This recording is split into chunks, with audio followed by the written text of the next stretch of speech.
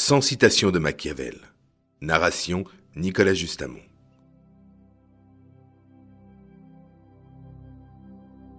Il faut remarquer que les hommes doivent être ou caressés ou écrasés. Ils se vengent des injures légères. Ils ne le peuvent quand elles sont très grandes. D'où il suit que, quand il s'agit d'offenser un homme, il faut le faire de telle manière qu'on ne puisse redouter sa vengeance.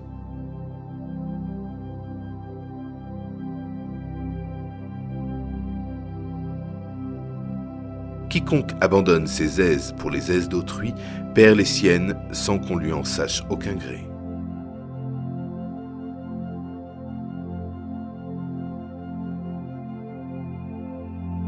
Les hommes hésitent moins à offenser quelqu'un qui veut se faire aimer qu'un autre qui se fait craindre, car le lien d'amour est filé de reconnaissance, une fibre que les hommes n'hésitent pas à rompre parce qu'ils sont méchants dès que leur intérêt personnel est en jeu.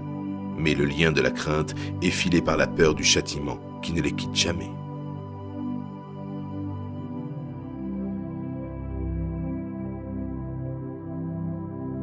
C'est une erreur que d'imaginer que, chez les grands personnages, les services récents fassent oublier les anciennes injures.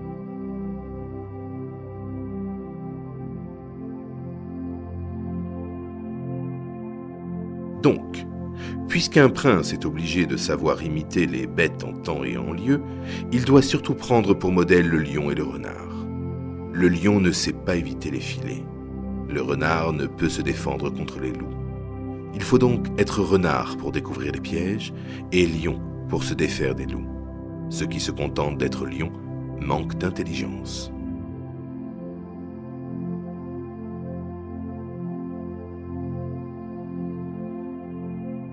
Tous les hommes louent le passé et blâment le présent, et souvent sans raison. Ils sont tellement férus de ce qui a existé autrefois que non seulement ils vantent les temps qu'ils ne connaissent que par les écrivains du passé, mais que, devenus vieux, on les entend prôner encore ce qu'ils se souviennent d'avoir vu dans leur jeunesse.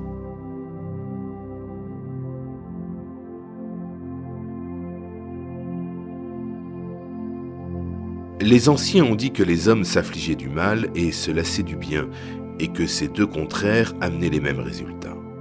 En effet, toutes les fois que les hommes sont privés de combattre par nécessité, ils combattent par ambition. Cette passion est si puissante qu'elle ne les abandonne jamais, à quelque rang qu'il soit élevé.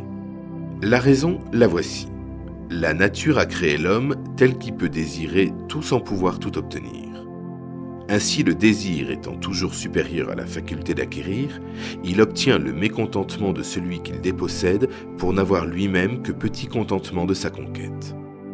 De là naît la diversité de la fortune humaine, partagée entre la cupidité de conquérir davantage et la peur de perdre leur conquête. Les citoyens passent des inimitiés aux guerres, et des guerres, il s'ensuit la ruine de leur pays et le triomphe d'un autre.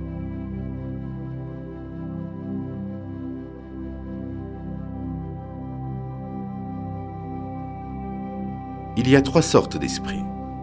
Les uns entendent par eux-mêmes, les autres comprennent tout ce qu'on leur montre, et quelques-uns n'entendent ni par eux, ni par autrui. Les premiers sont excellents, les seconds sont bons, et les derniers inutiles.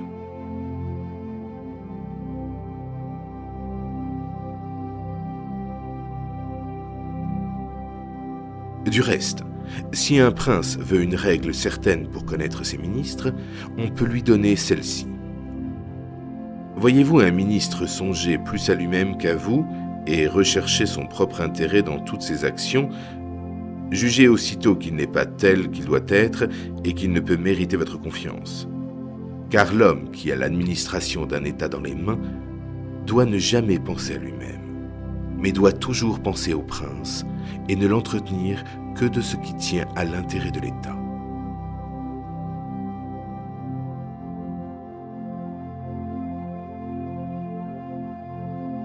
Les hommes sont si aveugles, si entraînés par le besoin du moment, qu'un trompeur trouve toujours quelqu'un qui se laisse tromper.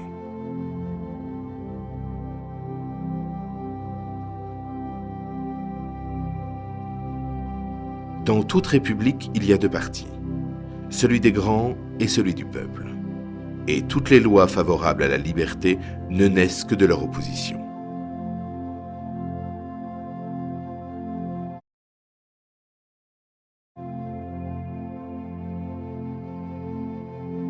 En temps de paix, le mercenaire dérobe. En temps de guerre, il déserte.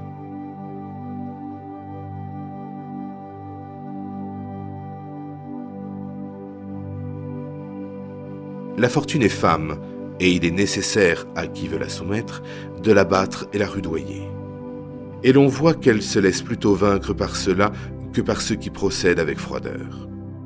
Et c'est pourquoi, toujours, en tant que femme, elle est amie des jeunes, parce qu'ils sont moins circonspects, plus hardis, et avec plus d'audace la commandent.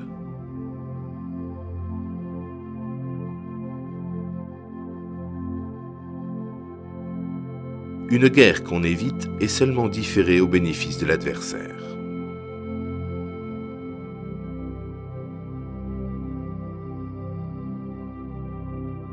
Un prince bien avisé ne doit point accomplir sa promesse lorsque cet accomplissement lui serait nuisible et que les raisons qui l'ont déterminé à promettre n'existent plus. Tel est le précepte à donner.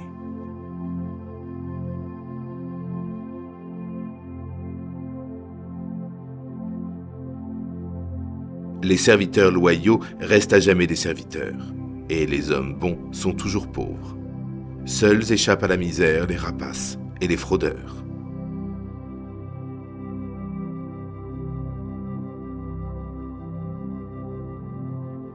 Les bons conseils, d'où qu'ils viennent, procèdent toujours de la sagesse du prince, et non la sagesse du prince de ses bons conseils.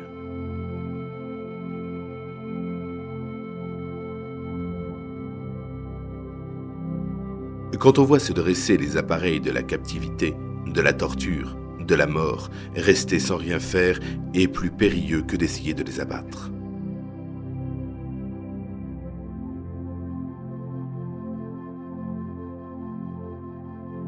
Il est toujours en incessante agitation tant d'esprit que de corps, mais souvent pour défaire le soir ce qu'il a décidé le matin.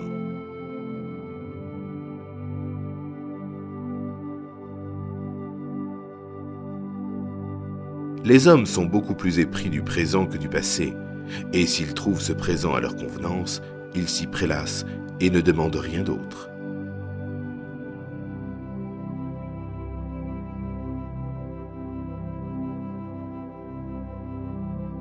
Quand David offrit à Saül d'aller combattre Goliath, le Philistin qui le défiait, Saül, pour lui donner courage, l'arma de ses armes. David, aussitôt qu'il les eut endossées, les refusa, disant qu'avec elles, il ne pouvait être bien assuré de lui-même et qu'il voulait donc aller à la rencontre de son ennemi avec sa fronde et son couteau. En conclusion, les armes d'autrui ou te tombent du dos, ou t'accablent, ou t'étouffent.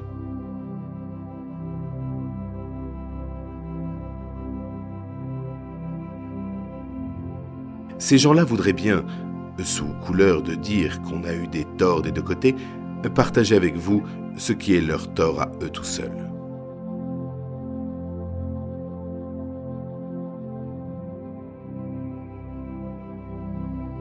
Il n'y a point d'entreprise plus difficile, plus douteuse, ni plus dangereuse que celle de vouloir introduire de nouvelles lois. Parce que l'auteur a pour ennemi tous ceux qui se trouvent bien des anciennes et pour tièdes défenseurs ceux-mêmes à qui les nouvelles tourneraient à profit. Et cette tiédeur vient en partie de la peur qu'ils ont de leur adversaire, c'est-à-dire de ceux qui sont contents des anciennes, et en partie de l'incrédulité des hommes qui n'ont jamais bonne opinion des nouveaux établissements qu'après en avoir fait une longue expérience.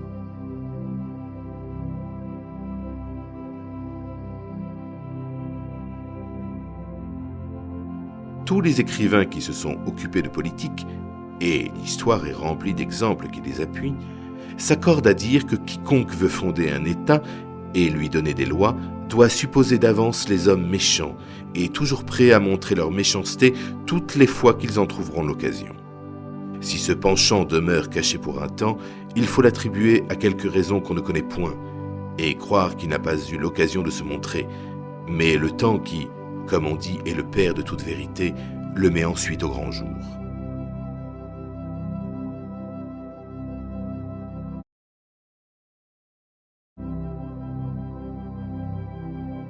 Ce n'est pas une chose de peu d'importance que de choisir ses ministres.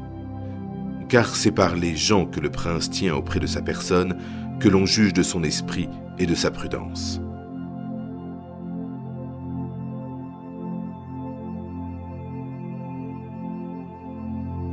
Un prince n'a d'autre moyen de se garder des flatteurs que de ne point s'offenser d'entendre la vérité.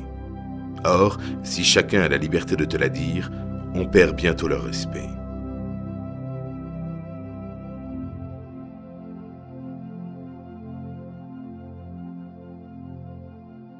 Dieu ne veut pas faire tout pour ne pas ôter notre libre arbitre, ni la part de gloire qui nous appartient.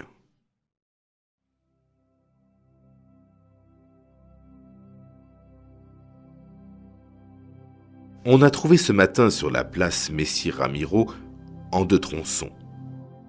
Il y est encore, et toute la population d'ici a eu loisir de le voir. On ne sait pas bien pourquoi il a été mis à mort, hormis que tel a été le bon plaisir du prince, qui montre ainsi à tous qu'il peut faire et défaire les hommes à son gré, selon qu'ils le méritent.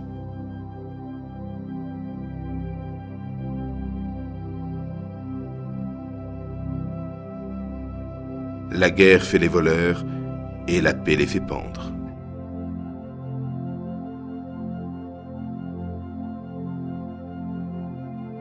Ceux qui ont écrit sur la guerre veulent qu'on choisisse les soldats dans les pays tempérés.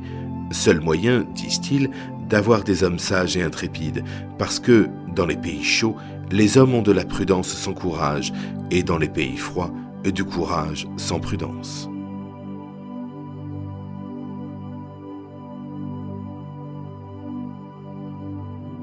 Ce n'est pas le nombre de braves qui s'y trouvent, mais la supériorité de la discipline qui rend une armée intrépide.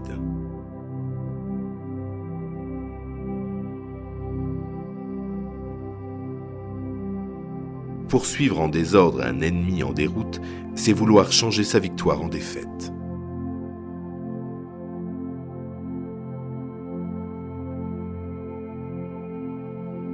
Tout ce qui sert votre ennemi vous nuit. Tout ce qui le nuit vous sert.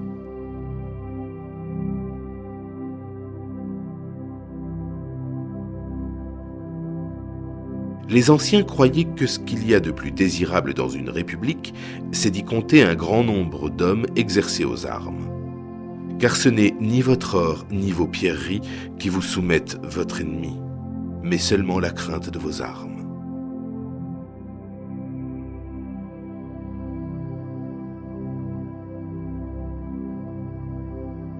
Interrogez beaucoup les gens sur le parti que vous avez à prendre. Ne confiez qu'à très peu d'amis le parti que vous avez pris.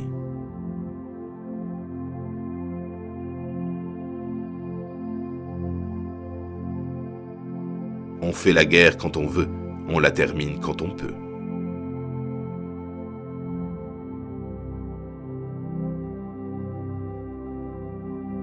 Que pendant la paix, la crainte et le châtiment soient le mobile du soldat. Pendant la guerre, que ce soit l'espérance et les récompenses.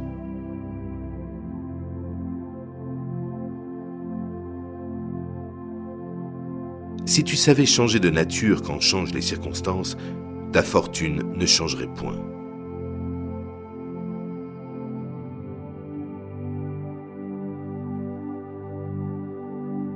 Gouverner, c'est mettre vos sujets hors d'état de nuire et même d'y penser.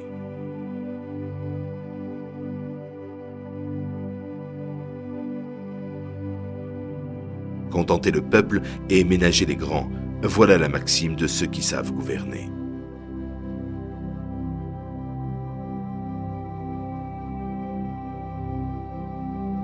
Il est peut-être vrai que la fortune est maîtresse de la moitié de nos œuvres, mais elle nous en laisse aussi gouverner l'autre moitié.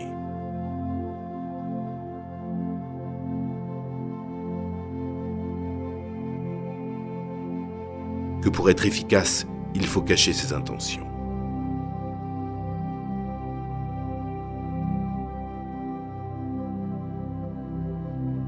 Les grands hommes appellent honte le fait de perdre et non celui de tromper pour gagner.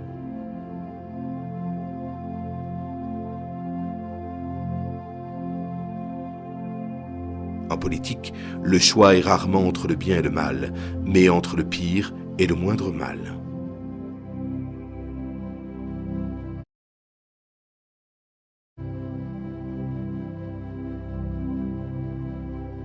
Un acte de justice et de douceur a souvent plus de pouvoir sur le cœur des hommes que la violence et la barbarie.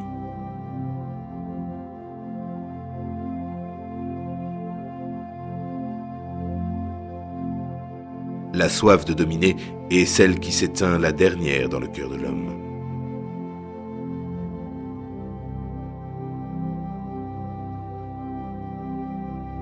L'habituel défaut de l'homme est de ne pas prévoir l'orage par beau temps.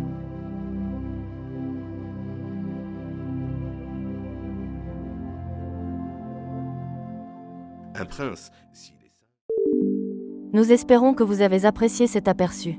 Pour continuer à écouter ce livre audio sur Google Play Livres, utilisez le lien dans la description de la vidéo.